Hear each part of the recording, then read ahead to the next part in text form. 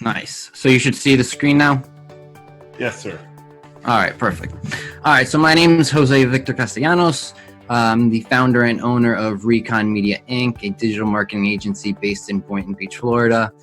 We primarily actually focus in on paid advertising, so Google, YouTube, Facebook, Instagram, with a focus on return on investment, so generating leads and increasing sales. Today, I get the pleasure of speaking to you about the do's and don'ts of social media today in 2020. So first, I'm going to go through some of the don'ts. Ooh, there we go. There's a delay. So there's like tons and tons of things that we can go through with do's and don'ts, and I could be here probably all day. So I kind of grabbed a few to go over. But really, the main first things are really don't be selling every time you post. No one wants to be seeing a post after post after post from a company just talking about buy this, buy this, buy this, buy this. So a quick way to have people not engage with your content. And when people are not engaging with your content, they stop seeing your content.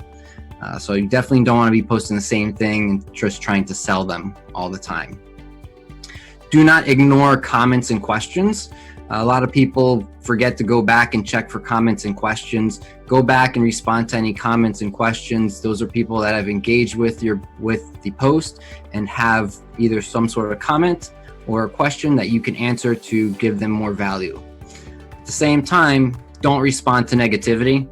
There are haters out there. There will be people that will post, oh, that's not true, or blah, blah, blah, whatever it may be. Or something completely unrelated to your post totally, especially if you share in different groups. You just get random posts in there and people trying to promote themselves through it. So what I do is just delete it and just keep moving forward. Don't be responding to it and getting to arguments. Another thing is don't be using bots or buying followers. That's another way to also affect your reach. Because these bots and followers aren't going to be engaging with your posts as you continue to post. It's just a number. It's just vanity. It doesn't do anything for you. So don't go around buying followers. I've been seeing a lot of that going on Instagram, especially since a lot of people want to get to 10,000 in order to do the swipe up feature. It's definitely not worth it to buy the followers just for that feature.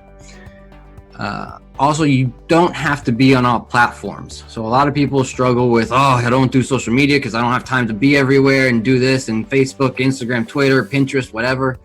You don't have to be on everything. You really want to just focus in on the platforms and the areas where your potential prospects are, and you can build a community with them and engage with them. So find which ones those are, and then you go all in on those specific platforms. And also, don't compare yourself, your page, to your competitors' pages. So you may be like, oh, well, the big guys in the industry, they don't even do social media. It's not, so why should I do it? Don't compare yourself. They may have a completely different strategy. They may not be thinking social media. They may not be thinking long-term, because social media is definitely going to play in long-term.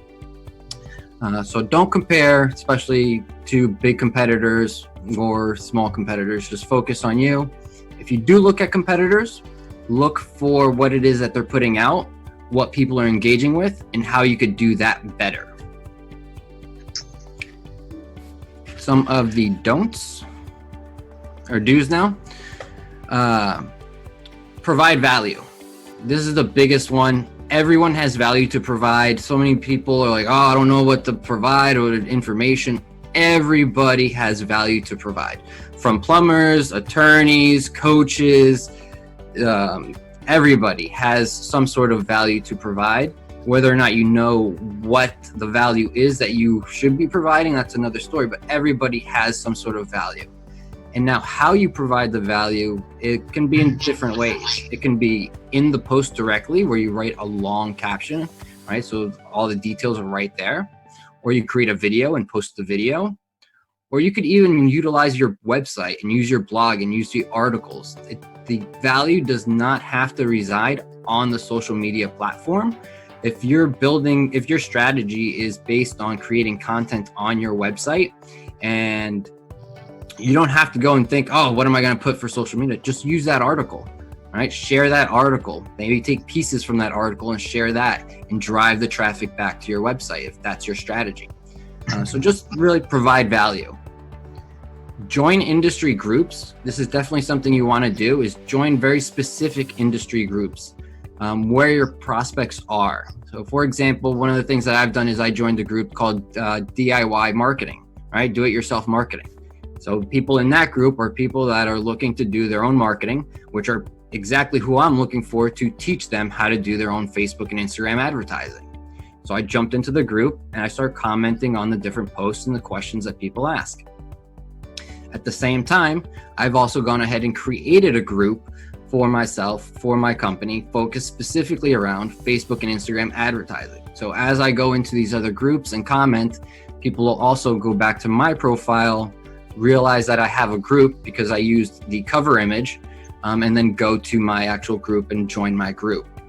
So that's another tip there, is to use your cover image. So you have your personal cover image, you have your business cover image, Twitter has one, LinkedIn has one, all these areas where you can add in these little cover images.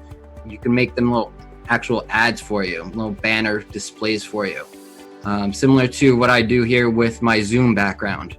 It's just another area for me to promote myself, promote my business, and let people know who I am and what I do. As you post on your pages, also tag the people that are in your pictures or in your posts, or the businesses that are in there. So tag their pages. They're more likely to also share the post, and then that'll give you more organic reach. And also using the location tag. A lot of people don't use the location tag, where you can actually tag a city and you can actually tag different businesses, because this connects it to the geofence with the actual map. So it's different from just tagging a business. It's actually tagging a location. So you can tag either the city or the venue, and that'll also help you get more reach. And the last one is really use new features. So if you don't know, Instagram just rolled out a new feature called Reels, which is going to crush TikTok. So use these features. As new features roll out, they want people to use them. And when you use them, they get the organic reach is much further, because they want other people to see that people are using this feature, and that'll get more people onto that feature. So those are some of the do's and don'ts of social media today. What questions do you have? Jose? Yes. When you put a post up on whether it's LinkedIn or Facebook, I was told that if you don't put links in the post, because Facebook and LinkedIn, they don't want you going somewhere else, and you should put it in the comment section or something like that. Is that true? So I have heard that with specifically more with LinkedIn, because LinkedIn obviously had a big organic push. So one of the things was, don't link out from